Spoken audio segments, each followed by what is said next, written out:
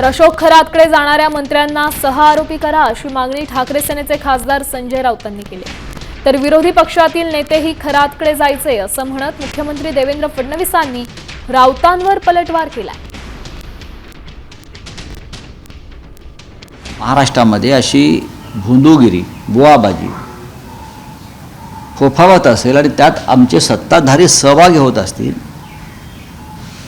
तर तिथे त्या भोंदू बाबाच्या दरबारात जाणाऱ्या सर्व राजकारण्यांना, खास करून मंत्र्यांना, जे सत्ताधारी आहेत ते मंत्री, त्यांना सहआरोपी केलं पाहिजे।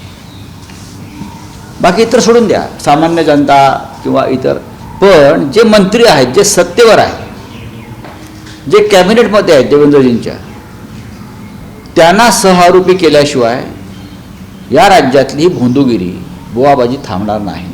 आता अनेक लोक जायचे, विरोधी पक्षाचे कोण कोण गेले त्यांचे मी पुरावे देऊ शकतो।